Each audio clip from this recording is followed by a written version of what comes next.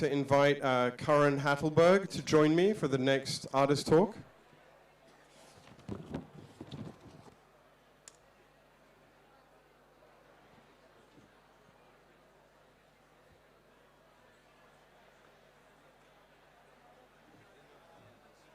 Yeah. Actually, I cruelly declined.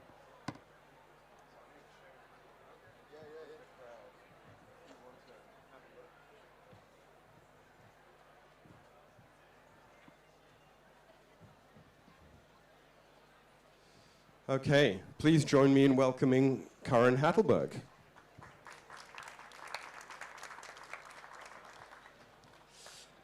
Okay, so I'm going to briefly introduce you before we dive into this fascinating project. So Curran is an American photographer born in Washington, D.C., who I believe you live now in Baltimore, Maryland. Yep. And since completing your MFA at Yale in 2010, you have been crisscrossing the United States, making photographs of your home nation.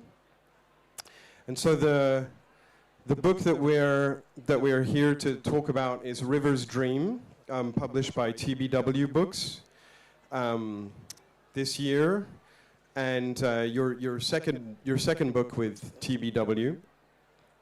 I guess the first question I would have for you about this project is, especially for a European audience that isn't familiar with the United States, can you tell us a little bit about the places where these pictures were taken and why you ended up focusing on this kind of specific region of the United States? Sure thing. First, I just want to say thanks for hosting the talk, and I just want to give a little shout out to all the winners for the award this year, and everyone else that was on the short list. It's really stunning body of work in all these books, and I encourage everyone to look at them if they haven't already. Anyway, so how did I pick the places? Mostly it's in the southeast of the United States. Initially, I received a grant through the Magnum Foundation to pick a project, and I was fascinated with Florida and didn't really know much about it. It's it's so often a talking point in the U.S., as a place that is of extremes, and I was interested in that. I had also had a friend unexpectedly and sort of mysteriously lose his life in that part of the country, and it was sort of this thing that was gnawing at me and sort of provoked me to go down and sort of try to understand what had happened. But I wanted to go to Florida specifically for the beginning of the project because there's such an intensity with the weather and the atmosphere. It's so hot and humid and oppressive with its heat. And I was sort of interested in bathing myself in that climate and seeing what would happen while I was there. Yeah. And so when you began to take these pictures, were you familiar with this region, or was this a kind of journey of discovery as you went along? Very much the latter. So it was a journey of discovery. And purposely I wanted to avoid the kind of more trodden territory of the state. So whether that was Miami or Disney World, things like this that the state is often associated with. So I was very much interested in kind of getting off the beaten path while I was there. Yeah. And my understanding of your process with taking these pictures is that you spend very long amount of time with the people that you photograph, and I'm curious to know kind of why that is, why you feel that that's necessary to the work that you do, and maybe sort of does it take you a long time before you start taking pictures of the people that you meet, or is this a kind of process that happens throughout your relationship and your connections? I think the durational aspect of spending time with people is integral to the work, because in my mind the best pictures, the most important pictures all come about from a place of shared experience intimacy, trust, and vulnerability. So it's really about this collaboration, you know, where I try to make it a two-way street, is what I'm trying to say. And it takes a while to get to know somebody. So it's just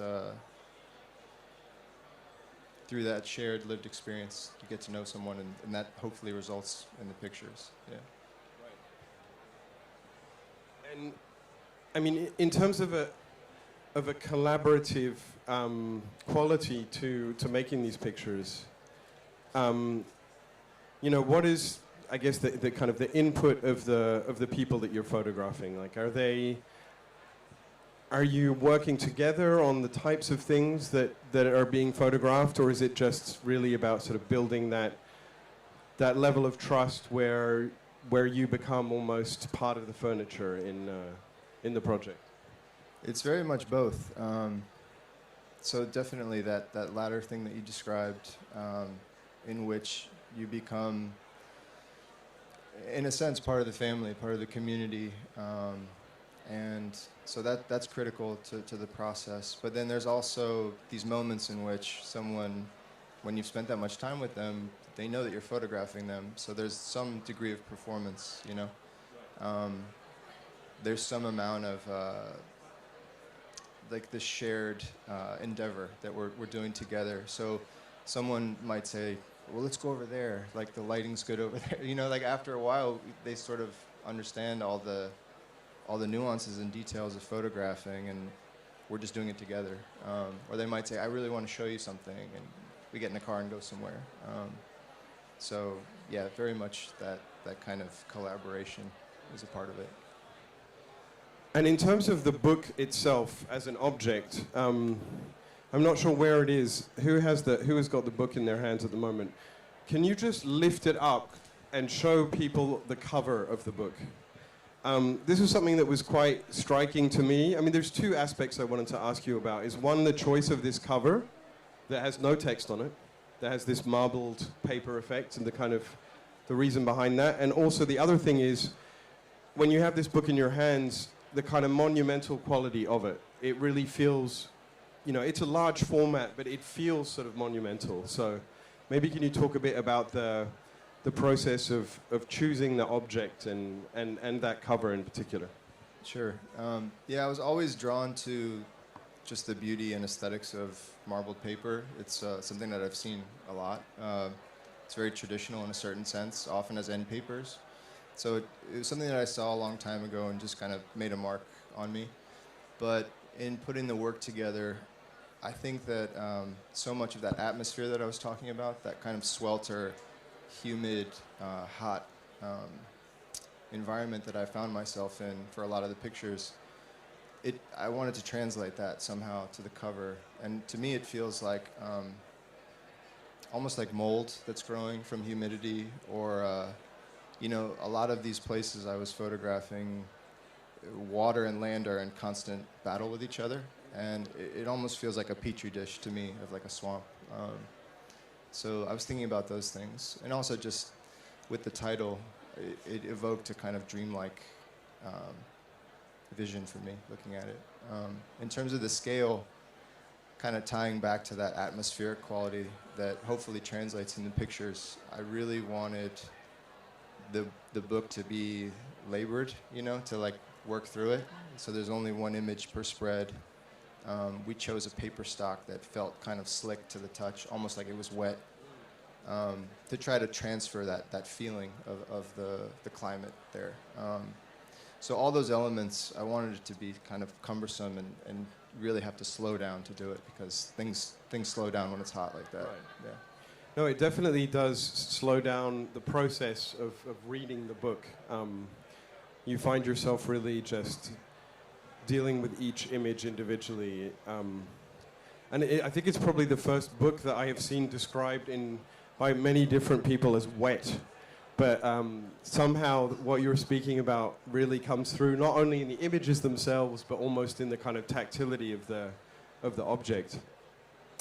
I mean, looking at these pictures and, you know, in terms of the subject, you know, it's impossible not to think about the tradition of kind of yeah, American documentary photography and all of these huge names that have come before you, you know, from Robert Frank to Eggleston to many others. I'm curious about how, do you see yourself as a kind of in that lineage, or what's your perspective on that kind of documentary tradition?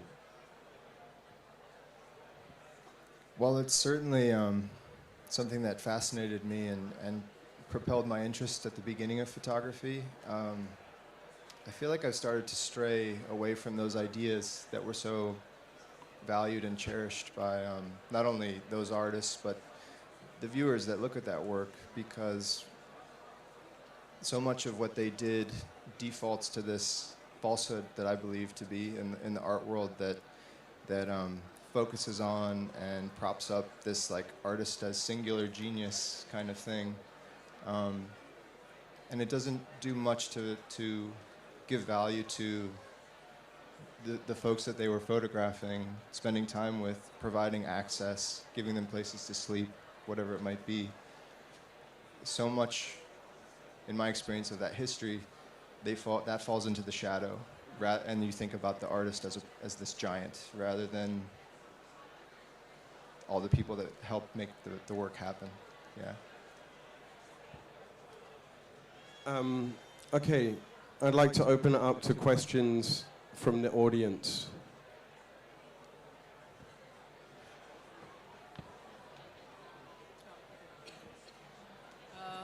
Where were you most surprised of in the places you visited?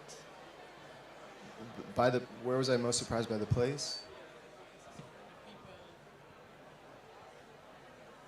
It's difficult to say. I mean, each place provided its own incredible surprise, you know. I'd be hard pressed to select one person or family or location that proved to be the most surprising, you know. I know that sounds like a cop-out a little bit, but you know how it is, like when you're out photographing everything, if you're in the right headspace, if you're open to possibility, if you're really looking, you know, everything's kind of surprising in a way. So I don't know if that's a cop-out or if I answered your question, but yeah. Hi. Hi. I'm curious what your relationship is with the people you photograph now. Like, do you have sustained relationships with them? You still keep in contact? Do you go and visit? Like, or is it kind of like moments where you meet someone and spend time and then, you know, continue on? It's really varied. So some families and communities in the book, while it's not really announced, there's multiple years between the pictures of the same people. So there are these kind of echoes that happen throughout the book. So yeah, I would revisit a lot of folks, which isn't to say that sometimes I'd meet someone and the experience lasted as long as an hour rather than years, you know. So it was really just case by case. One of the pictures, there's this photograph of a watermelon. It's kind of like a still life, and it has all these bees on it. And that was a farmer, and they used that for their Christmas card. And it was like such a meaningful and beautiful thing for me to have that happen. But you know, I call a lot of them on the phone still and go back when I can. But it's case by case. Yeah. Okay, thank you. Unfortunately, that's all we have time for. But if you would like to see copies or buy copies of the book, you can find them on TBW Books' booth SE1, just further on down this side of the fair. And I believe Curran's doing a book signing tomorrow at 1 o'clock on their booth. Exactly. So you can get a signed copy. You can get a signed copy then. Thank you again. Thank you, Mark. Thank you for everything.